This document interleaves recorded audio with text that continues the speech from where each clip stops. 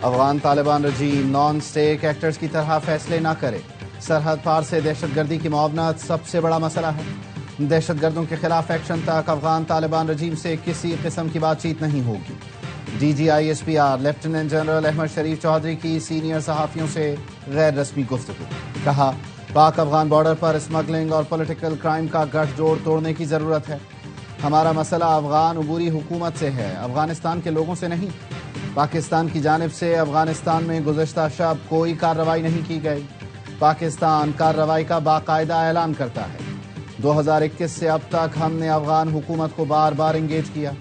خوارج دہشت گردی کے لیے افغانستان میں چھوڑا گیا امریکی اسلحہ استعمال کرتے ہیں، خودکش حملے کرنے والے سب افغان شہری ہیں، ہماری نظر میں کوئی گڈ اور بیڈ طالبان نہیں۔ دہشت گردی کے خلاف مربوط جنگ لڑنے کے لیے اپنے گھر کو ٹھیک کرنا ہوگا۔ بیرون ممالک سے سوشل میڈیا اکاؤنٹس ریاست کے خلاف بیانیاں بنا رہے ہیں۔ فیض حمید کا کورٹ مارشل قانونی اور عدالتی عمل ہے، قیاس آرائیاں نہیں ہونی چاہیے۔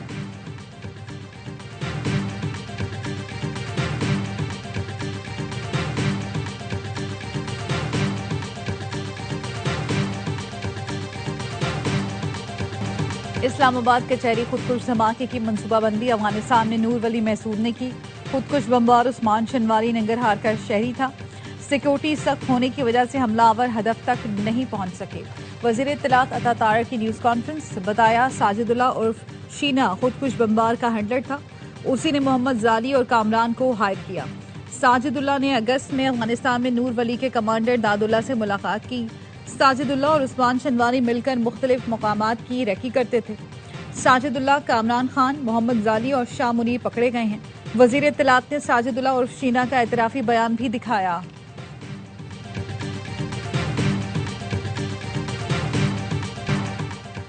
افغانستان میں مقیم باجوڑ کے رہائشی داد اللہ نے ہمیں خودکش حملے کی پلاننگ سے آگاہ کیا، اسی نے پشاور کے قبرستان میں خودکش جیکٹ پہنچائی۔ خودکش جیکٹ اسلام آباد میں راجپوت سینٹر کے قریب نالے میں چھپائی گئی۔ ملزم ساجد اللہ کا اعترافی بیان، کہا پیغام دیا گیا کہ آپ کے پاس عثمان نامی خودکش حملہ آور آئے گا، حملہ آور میرے پاس آیا جو 1-2 دن میرے ساتھ رہا۔ محمد زالی نے بلا کر کہا عثمان نے ہمیں G11 کی لوکیشن دی ہے، عثمان کو ہم نے خودکش جیکٹ دی اور وہ اسلام آباد کچہری چلا گیا۔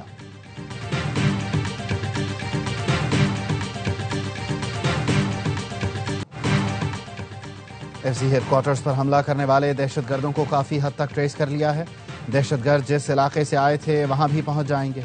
آئی جی خیبر پختونخوا ذوالفقار حمید کا کہنا ہے فوٹوگراف اور فنگر پرنٹس نادرا کو بھجوا دیے گئے۔ پشاور میں ایف سی ہیڈ کوارٹرز پر دہشت گرد حملے کا مقدمہ CTD تھانے میں درج، حملے میں 3 جوان شہید اور 11 افراد زخمی ہوئے، حملہ آور تینوں دہشت گرد مارے گئے تھے۔ CTD کے مطابق تینوں حملہ آور ایک ہی موٹر سائیکل پر جائے وقوع پہنچے، ایف سی ہیڈ کوارٹر سے کچھ فاصلے پر موٹر سائیکل کھڑی کی۔ دہشت گردوں کے پاس کلاشنکوف اور 8 سے زائد دستی بم تھے، دہشت گردی میں استعمال موٹر سائیکل تحویل میں لے لی۔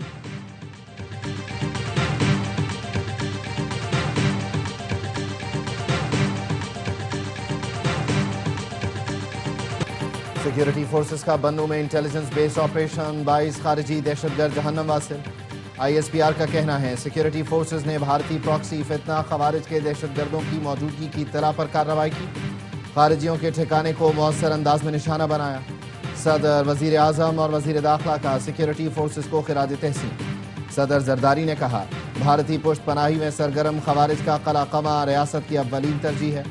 وزیر اعظم شہباز شریف نے کہا عزم استحکام ویژن کے تحت سیکیورٹی فورسز بڑی کامیابیاں حاصل کر رہی ہیں، وطن عزیز سے ہر قسم کی دہشت گردی کے خاتمے کے لیے پرعزم ہے۔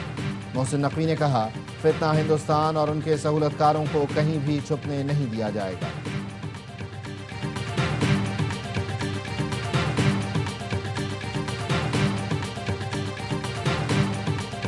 Chairman joint chiefs of staff committee general Sahir Shamshad Mirza کا GHQ کا الوداعی دورہ، یادگار شہداء پر حاضری، پھولوں کی چادر چڑھائی۔ جنرل ساحر شمشاد مرزا کو گارڈ آف آنر پیش کیا گیا۔ ساحر شمشاد مرزا کی فیلڈ مارشل سید عاصم منیر سے الوداعی ملاقات۔ فیلڈ مارشل نے جنرل ساحر شمشاد مرزا کی قیادت اور مسلح افواج کے لیے خدمات کو سراہا۔ فیلڈ مارشل سید عاصم منیر نے کہا جنرل ساحر شمشاد مرزا نے تینوں مسلح افواج کے درمیان مضبوط رابطوں میں اہم کردار ادا کیا۔ ان کی قیادت میں مشترکہ آپریشنل تیاریوں، قومی سلامتی کے مقاصد مزید منظم ہوئے۔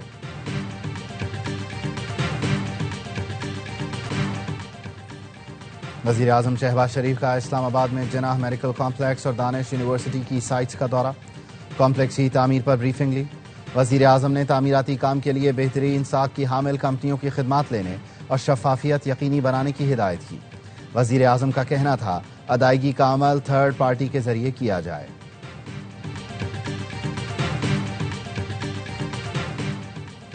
نائب وزیر اعظم اسحاق ڈار سے ایرانی سپریم قومی سلامتی کونسل کے سیکرٹری کی ملاقات۔ نائب وزیر اعظم اسحاق ڈار اور ڈاکٹر علی لاریجانی نے برادرانہ تعلقات کو مزید وسعت دینے پر اتفاق کیا۔ ترجمان دفتر خارجہ کا کہنا ہے ملاقات میں اہم عالمی اور علاقائی امور پر غور کیا گیا۔ دفتر خارجہ پہنچنے پر نائب وزیر اعظم اسحاق ڈار نے علی لاریجانی کا استقبال کیا۔ کراچی کنگز کے اونر سلمان اقبال نے پی ایس ایل میں آئندہ 10 سال کے فرنچائز رائٹس کے معاہدے کی تجدید کر دی۔ کراچی کنگز کے اونر سلمان اقبال نے پی سی بی کی پیشکش باضابطہ طور پر قبول کر لی۔ اونر کراچی کنگز سلمان اقبال کہتے ہیں یہ ہمارے لیے فخر اور ذمہ داری کا لمحہ ہے۔ ہم پی ایس ایل کے ساتھ اس وقت جڑے جب پاکستان میں کرکٹ کی واپسی مقصد تھا۔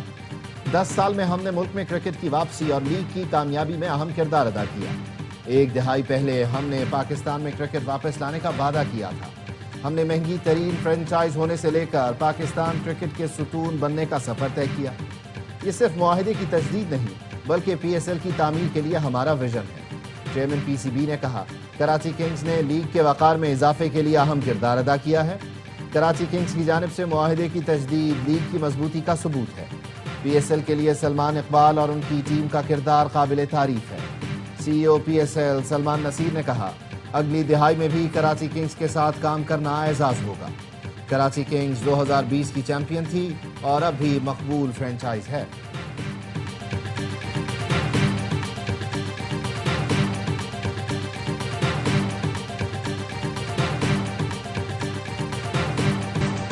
بانی پی ٹی آئی کا ایکس اکاؤنٹ جیل سے نہیں چلایا جا رہا، ان کا ایکس اکاؤنٹ جیل کے باہر سے کوئی آپریٹ کر رہا ہے۔ سپرنٹینڈنٹ اڈیالہ جیل نے ایکس اکاؤنٹ جیل سے آپریٹ ہونے کی تردید کر دی۔ بانی پی ٹی آئی کا اکاؤنٹ بند کرنے سے متعلق کیس میں اسلام آباد ہائی کورٹ میں جواب جمع کروایا کہ بانی پی ٹی آئی کو جیل میں موبائل اور انٹرنیٹ کی سہولت دستیاب نہیں، وہ سخت سرویلنس میں ہیں، ان کو صرف جیل رولز یا عدالتی احکامات کے مطابق ہی سہولتیں میسر ہیں۔ سپرنٹینڈنٹ اڈیالہ جیل نے موقف اپنایا، بانی کی سیاسی ہدایات نے ماضی میں کئی موقعوں پر معاشرے میں تشدد کو ہوا دی۔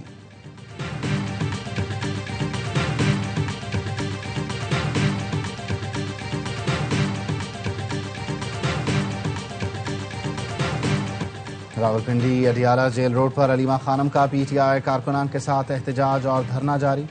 سڑک کی بندش سے اسکول وینز ایمبولینسز بھی ٹریفک میں پھنس گئیں۔ اڈیالہ جیل روڈ پر علیمہ خانم کا پی ٹی آئی کارکنان کے ساتھ احتجاج اور دھرنا، اسکول وینز میں سوار بچے 3 گھنٹے سے زائد پھنسے رہے۔ وین ڈرائیوروں کا کہنا ہے بچے اور ان کے گھر والوں کو پریشانی کا سامنا کرنا پڑا۔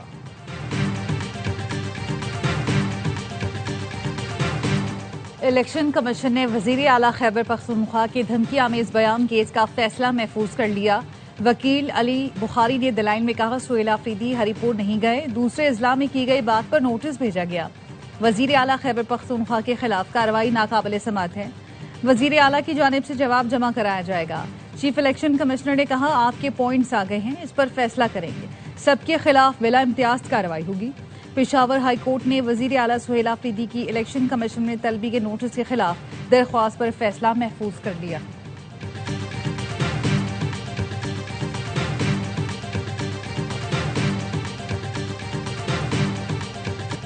جمعیت علماء اسلام کی مجلس شورا نے 27ویں ترمیم مسترد کر دی۔